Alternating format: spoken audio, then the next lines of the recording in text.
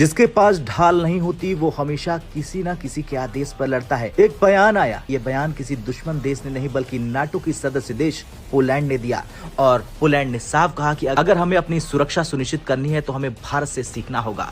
हैं? आप सीरियसली ये बात कर रहे हैं? क्या ऐसा होने वाला है? क्या ऐसा हो रहा है? ये जो आप बेपेंदे लोटे की तरह इधर उधर हो जाते हो ना, तो यार ये बात नहीं बनेगी। इसलिए मैं आपको बार बार समझाता हूं कि आपके डीएनए में फर्क है। That is not a democratic DNA. उसने डेमोक्रेसी चखी नहीं है। आपके पास आजादी का कहीं कोई स्कोप है ही नहीं। ये मेरे शब्द नहीं है, ये पाकिस्तानीज के शब्द हैं। पहले भी बड़ी उम्मीदें थी, अब तक तो नहीं कुछ ऐसा हुआ है। अभी मौका आ रहा है ना, पिछली मौके पे मौका नहीं मिला ना। अब हिंदुस्तान को एक शख्स वो मिला जो हिंदुस्तानी है, जिसका नाम है प्राइम मिनिस्टर नरेंद्र मोदी, जिसकी बाहर कोई प्रॉपर्टी नहीं है, जिसकी अपनी कोई जायदाद नहीं है, अपनी कोई गाड़ियां नहीं है, अपने कोई बंगले नहीं है। उनके बाद किसी ने वजीर आजम नहीं बनना, उनकी बीवी नहीं है, उनके बाद उनके बच्चों ने वजीर आजम नहीं बनना। वो सिर्फ उस मुल्क के लिए पैदा हुए वजीर आजम साहब जो है ना, नरेंद्र मोदी साहब। उस मुल्क में उन्होंने जीना है, उस मुल्क में उन्होंने मरना है। आप जरा कल परसों की वो स्टेटमेंट सुनिए जो उसके मुंह से निकलती है। कमर चीमा के भोंपू से नहीं निकलनी चाहिए, वो निकलनी चाहिए उसके मुंह से। उसके वर्डिंग है, I will go to India, I will go to India. और जब बड़े लोग, जो दो बड़े लोग इंटरेक्ट करते हैं ना, तो उसके लिए एक एनवायरमेंट बनाया जाता है। और वो एनवायरमेंट है कि हमारे और उनके बीच में इस तरह की डिफेंस डील हो रही है। 10 ईयर का डिफेंस पैक्ट हो रहा है। हमारे बीच 113 इंजन्स का पैक्ट हो चुका है। 200 और 414 की नेगोशिएशन फाइनल स्टेजेस पर है। हमारा जो टैरिफ नेगोशिएशन है वो आप देख रहे हैं कि इस मंथ के एंड तक या मे बी नेक्स्ट मंथ तक आएगा। बड़ी चीजों में थोड़ा टाइम लगता है, आप नहीं समझेंगे। ये आपको क्या दर्शाता है कि कुछ बड़ा गिफ्ट पाकिस्तान को हम देने वाले हैं। और मैं बार बार बोलता हूं, आपको पीओके का कुछ पार्ट पूरा नहीं आएगा, क्योंकि मोदी जी ने एक गलती करी थी पहले, अब नहीं दोहराएंगे। राम मंदिर बनाएंगे, एकदम से बनाकर आपके सामने रख दिया, अयोध्या ही हार गए। क्योंकि हिंदुओं को दिखाते रहो, आ रहा है, आ रहा है, आ रहा है। और यह बात मैं कई बार गवर्नमेंट के सर्कल्स में बोल चुका हूं, पूरा पीओके लेने की जरूरत नहीं है। हर एक कुछ महीने के बाद 2-4-5 किलोमीटर पकड़ा, वहां से धक्के मार के वो 5 किलोमीटर का एरिया खाली करवाया, को बोला जाओ पाकिस्तान में, चल चुप। क्या झूठी बातें दाएं बाएं से सुन के बोल रहे हैं? आपका ये लेवल है। पूरा का पूरा अफगानिस्तान भी झूठ बोल रहा है। आपका चचेरा भाई, आपका चचेरा भाई वो भी झूठ बोल रहा है। मुत्तकी भी झूठ बोल रहा है, तालिबान भी झूठ बोल रहा है। ये तो आपके अपने भाई हैं भाई, ये भी झूठ बोल रहे हैं। मैं चाहता था आज इंडिया अमेरिका ताल्लुकात पे अच्छी सैर हो। आपने ताने दे दे के कभी कोई, कभी कोई, कभी सच्चाई बता रहा हूँ कभी कोई सर, मैं तो आपको सच्चाई दिखा रहा हूँ। मैं सच्चाई दिखा रहा हूँ। राफेल कौन बीच में लाया? राफेल कौन बीच में लाया?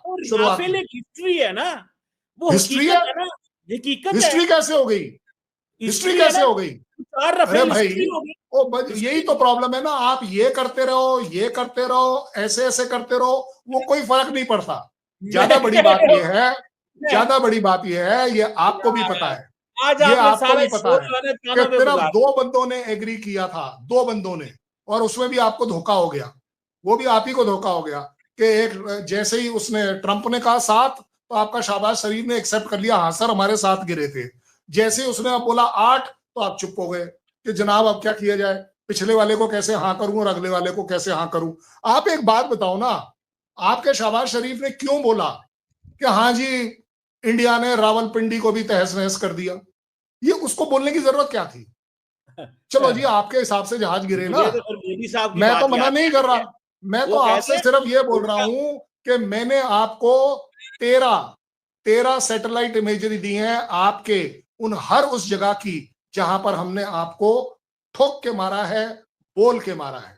हमने आपको वो 9 टेररिस्ट कैंप की पूरी इमेजरी दी है और दिखाया है कि देख लीजिए ये मरकज गिर गया और उसके पड़ोस वाली बिल्डिंग ठीक रह गई। हमने आपको हर तरीके से कन्विंस किया है कि इस लड़ाई में कोई फायदा नहीं है, किसी का कोई फायदा नहीं है। ये मेरा कहना है। ज्यादा बड़ी बात, उससे भी बड़ी बात मैं कह रहा हूं, आप जीते, जहाज मेरे गिरे, तो भाई साहब भागकर आप क्यों गए कि सीज फायर करा दो, त्राहिमाम भगवान बचाओ।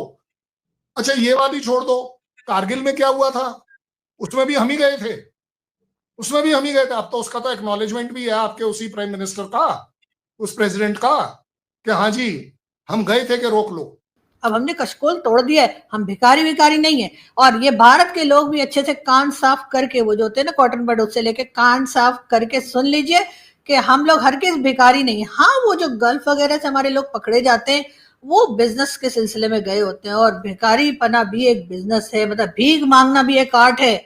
मतलब आप बोरी मांगे तो थैला मिलता है, ऐसा मैं नहीं कह रही, ऐसा गुलजार साहब ने अपने टीवी प्ले गालिब में लिखा था। और अगर आप लोगों ने वो नहीं देखा है तो डीवीडी या सीडी लाकर देख लीजिए, कुछ मतलब कुछ और मालूमात भी कर लिया कीजिए कि कहाँ पर क्या हो रहा है। हर तरफ से बस पाकिस्तान जी भीख मांगता रहता है। हम भीख नहीं मांगते, भीख मांगना और होता है। लोन भी अगर लिया जाए ना, तो अगर कोई कर्जा भी लेता है, लोन भी लेता है ना, वो एक बार लेता है, 2 बार लेता है, 3 बार लेता है, 4 बार, अरे 26 बार लोन कौन लेता है? 26वीं बार अगर कोई लोन ले तो उसको लोन नहीं कहते, उसको हफ्ता कहते हैं। हालांकि हम लोग इतने मासूम लोग हैं कि आप यकीन कीजिए कि हम लोग कहीं भी जाए, हम अमेरिका जाए, हम सऊदिया जाए, हम यूएई जाए, हम किसी भी कंट्री में जाए, हमारे लीडर्स की तो लोग शक्ल देखकर ही जो आप जेब से एक लिफाफा निकाल के दे देते हैं कि ये लोग शायद वापसी का किराया नहीं होगा। मतलब ऐसा नहीं होता कि किराया नहीं होता, अल्हम्दुलिल्लाह हमारे पास ऊपर वाले का दिया और कर्जों पे लिया, बस सब कुछ है।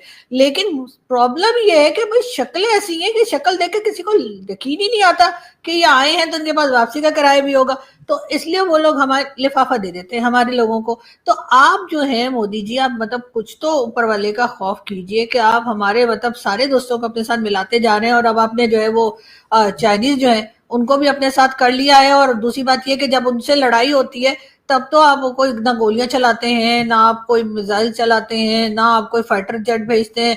हमारे यहाँ तो देखें 2 दिन में आपने वो ऑपरेशन सिंदूर जो किया था, अभी तक हमारे लोग वो बिल्डिंग बनाने में लगे हुए, ईंटें और सीमेंट ले लेकर अभी तक मरम्मत चल रही है वहां पर 2 महीने बाद भी।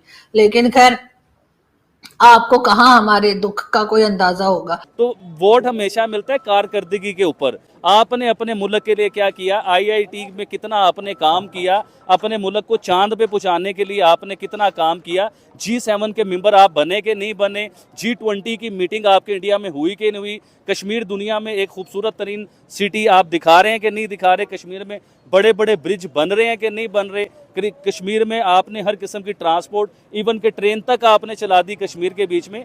तो हमेशा काम के ऊपर वोट मिलता है मैडम, ये बातों पे नहीं मिलता। अभी देखें जो यूट्यूबर्स वगैरह हैं, जो मीडिया है, जो उस टाइम अभी देखिए मैं सुन रहा था गोदी मीडिया, मोदी साहब ने पूरा मीडिया खरीद लिया, और भाई पूरा मीडिया तो इस टाइम मोदी साहब के अगेंस्ट हुआ है, उनके खिलाफ बातें कर रहा है पूरा मीडिया। अगर उन्होंने जिसने खरीदा हो उसके खिलाफ कोई बात करता है तो पूरा मीडिया उनके। देखिए आपको आईना ऐसा दिखाया जा रहा है कि एक मुहब्बे वतन वजीर आजम ना बन जाए आपका मुल्क का फिर दोबारा, क्योंकि वो सख्त वजीर आजम है।